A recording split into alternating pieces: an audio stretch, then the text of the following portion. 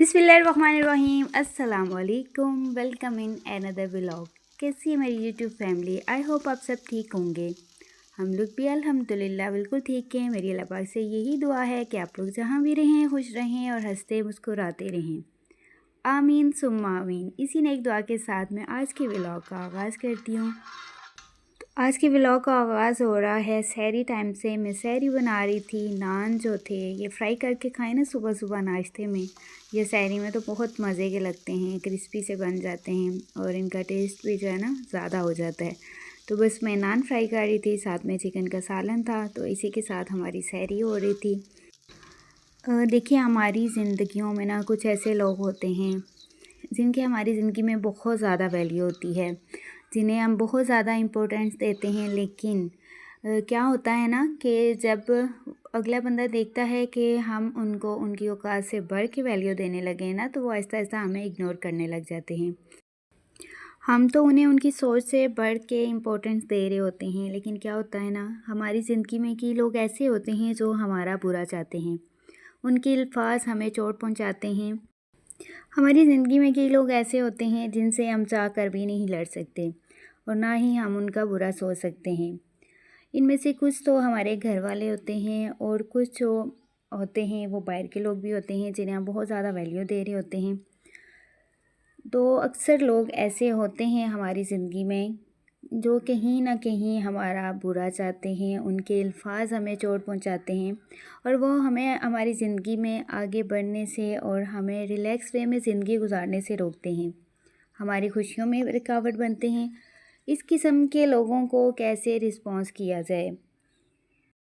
ऐसे लोग जिन्हें हम उनकी औकात से बढ़ के इम्पोर्टेंस देते हैं और वो हमें ज़िंदगी के किसी न किसी मोड़ पे तकलीफ़ पहुंचाते हैं या हमारा बुरा सोचते हैं, तो ऐसे लोगों को हमने कैसे डील करना है?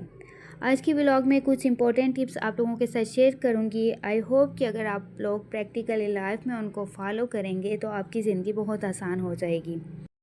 बाज़ औक़ात ना कुछ लोग आपकी बात को सुन के भी अनसुना कर देते हैं, आपको देख कर भी अनदेखा कर देते हैं और आपको देख के रास्ता बदल लेते हैं। तो ऐसी सूरत हाल में आपने इस बात का ध्यान करना है कि जो बंदा आपको इग्नोर कर रहा है उसका आपके साथ रिश्ता क्या है।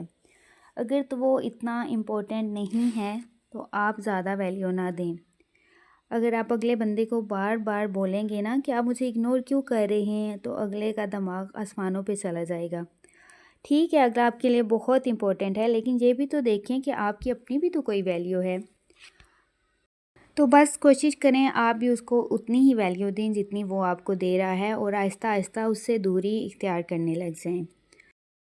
ऐसे लोग बहुत क्लेवर होते हैं, ये चाहते हैं कि आप उनके साथ बदतमीज़ी करें और ये आपको एंगेज करें, बहस करें और आपसे गलत बातें करें, फिर आपको नीचे गिराएं और आपकी बुराइयां निकाल कर 4 लोगों में बताएं कि ये तो है ही बदतमीज़, ये तो हर किसी के साथ बदतमीज़ी करती है। इस तरह की बातें वो फिर लोगों के सामने बताएंगे जाके। तो आपने करना क्या है, ऐसे लोगों के साथ बदतमीज़ी नहीं करनी, बल्कि इनके साथ खेल खेलना है, इनके साथ बहुत तमीज़ से पेश आना है और इनको बड़ा प्यार दिखाना है।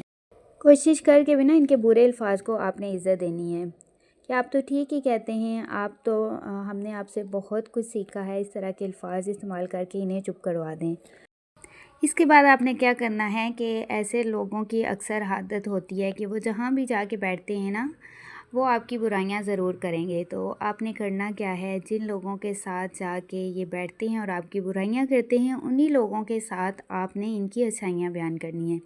जब आप ऐसा करेंगे ना, तो अगला बंदा भी सोचेगा कि यार फ़लाँ बंदा तो जब भी मेरे पास आता है इस बंदे की बुराई कर रहा होता है, लेकिन ये बेचारा तो कितना अच्छा है ना, ये उसके बारे में कभी गलत अल्फाज नहीं बोलता। तो आहिस्ता आहिस्ता वो खुद ही अपनी नज़रों में गिरते जाएंगे और लोगों को उनकी असलियत के बारे में खुद ही पता लग जाएगा। तो वैसे भी इज़्ज़त जो होती है ना अल्लाह ताला की ज़ात ने देनी होती है, किसी इंसान के बस का ये काम नहीं है। इंसान चाह के भी ना अगर किसी का बुरा सोचेंगे, लेकिन अगर अल्लाह ताला ने इज़्ज़त लिखी हुई है ना, तो कोई किसी का कुछ भी नहीं बिगाड़ सकता। आप लोग भी सोच रहे होंगे कि अभी तो सहरी का व्लॉग स्टार्ट हुआ था और साथ ही ये क्या हो रहा है। तो बस सहरी में वो थोड़ा सा व्लॉग मैंने बनाया था, दिन को कुछ था नहीं ऐसा ख़ास करने को, तो बस फिर अफ्तारी जब मैंने बनाई तो साथ मैंने वो थोड़ा सा व्लॉग बना लिया। चलें, ऐसे ही आप लोगों के साथ कोई ना कोई टॉपिक भी डिस्कस हो जाता है और फिर मेरी रूटीन जो होती है वो भी आप लोगों के साथ में शेयर कर लेती हूँ। नेक्स्ट पॉइंट, आपने करना क्या है कि इस तरह के टॉक्सिक लोगों के साथ आप बातचीत करना बंद तो नहीं कर सकते, लेकिन कम से कम ज़रूर कर सकते हैं। इनसे लंबी लंबी बातें ना करें, कम से कम अल्फाज में ना इनकी बात का जवाब दें, या अगर कोई बात बताना ज़रूरी भी है तो वो बताएं, ताकि कम्युनिकेशन गैप भी ना आए और आप बहुत ज़्यादा एंगेज में ना हों। बस एक दरमियानी सी बात का सिलसिला जारी रखें। अगर ऐसे लोग आपके घर आ जाएँ तो इनको खाने का पूछें, थोड़ी बहुत बात करें और फिर खुद ही थोड़ा सा दूर हो जाएं। इनके सामने कभी दिल खाली ना करें, लोगों को भी दिखाएं कि आप इनकी बहुत इज़्ज़त करते हैं, और कुछ ऐसा भी ना करें कि इनको बुरा लग जाए। अगर ऐसे लोगों के साथ बात करनी भी पड़ जाती है ना, तो लिमिटेड टॉपिक रखें। इनके साथ अपनी कोई भी पर्सनल बात ना शेयर करें।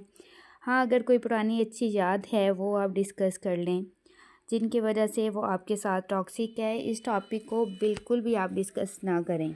नेक्स्ट पॉइंट, कि ऐसे लोगों के सामने कभी आप फ्री मत नज़र आएँ। अब जब भी आपके सामने आए ना, तो आप इनके सामने वीआईपी बन जाएं, मसरूफ़ बन जाएं कि मुझे तो फ़लाँ काम करना है, मुझे फ़लाँ जगह जाना है। तो ऐसा तभी मुमकिन हो सकता है जब हकीकत में भी आप मसरूफ़ रहते हों, क्योंकि फ़ारग रहने वाले लोग ना तो अपना भला सोच सकते हैं और ना ही किसी दूसरे का। जब आप फ़ारग होंगे ना, तो ऐसे बिला वजह के लोगों के बारे में, फ़जूल लोगों के बारे में आप सोचते रहेंगे और ख़ुद को परेशान करते रहेंगे। कई लोग ऐसे होते हैं ना जो आपको जानबूझ के इग्नोर कर रहे होते हैं, तो ऐसे लोग जब आपको इग्नोर करें तो आपने करना क्या है, आपने इनको ये दिखाना है कि हमें आपके इग्नोर करने से कोई फ़र्क नहीं पड़ता, बल्कि हम तो बहुत खुश हैं। तो ऐसा करने से क्या होगा, यहाँ के सिचुएशन रिवर्स हो जाएगी। यानी आप दुखी हो रहे थे ना, तो अब अगला बंदा दुखी होगा कि मैं तो इसको इग्नोर कर रहा हूँ, ये तो बहुत खुश है और इसकी खुशी का राज क्या है। तो बस जो लोग आपको नीचा दिखाने की कोशिश कर रहे हैं ना, वो खुद ही सोच में पड़ जाएंगे कि हमारे इतने इग्नोर करने के बावजूद भी अगला बंदा इतना खुश है, उसको कोई परवाह नहीं है, तो वो खुद ही आहिस्ता आहिस्ता आपके करीब होने लगेंगे। और सबसे इम्पोर्टेंट बात कि आपने ख़ुद को वैल्यू देनी है, दूसरों को वैल्यू देने की बजाय। ठीक है, कुछ फैमिली में ऐसे लोग होते हैं जिन्हें हमें वैल्यू देनी पड़ती है, लेकिन कोशिश करें एक लिमिट में रहें। जितना अगला बंदा आपको वैल्यू दे रहा है ना, आप भी उसको उतनी ही वैल्यू दें। दूसरों के सामने कभी अपने आप को डिग्रेड मत करें। जब आप खुद ही को वैल्यू देना स्टार्ट कर देंगे ना, तो लोग खुद ब खुद आपकी इज़्ज़त करने लगेंगे। तो आज के व्लॉग में जो मैंने आप लोगों के साथ बातें डिस्कस की हैं ना, यकीन जानिए अगर आप रियल लाइफ में आप इन छोटी छोटी बातों को आप फॉलो करेंगे तो आपकी ज़िंदगी बहुत आसान हो जाएगी। आज मेरी बर्थडे थी, तो बच्चे मेरे लिए छोटा सा केक लेके आए थे और बोल रहे थे, इन्होंने मुझे बताया नहीं था कि ये केक लेने जा रहे हैं। कहते हैं बस मम्मा हम अभी आए, तो बाद में इन्होंने मुझे सरप्राइज़ दिया था केक ला के।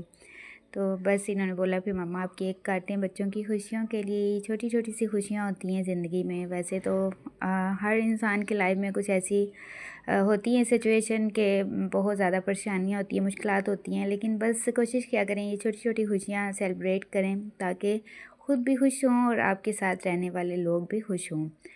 तो यही था आज का मेरा छोटा सा व्लॉग। आई होप आप लोगों को अच्छा लगा होगा। अगर आप लोगों को मेरा व्लॉग अच्छा लगे तो मेरे चैनल को सब्सक्राइब कर दीजिएगा और मेरी वीडियो को देखने के बाद लाइक और शेयर कर दीजिएगा।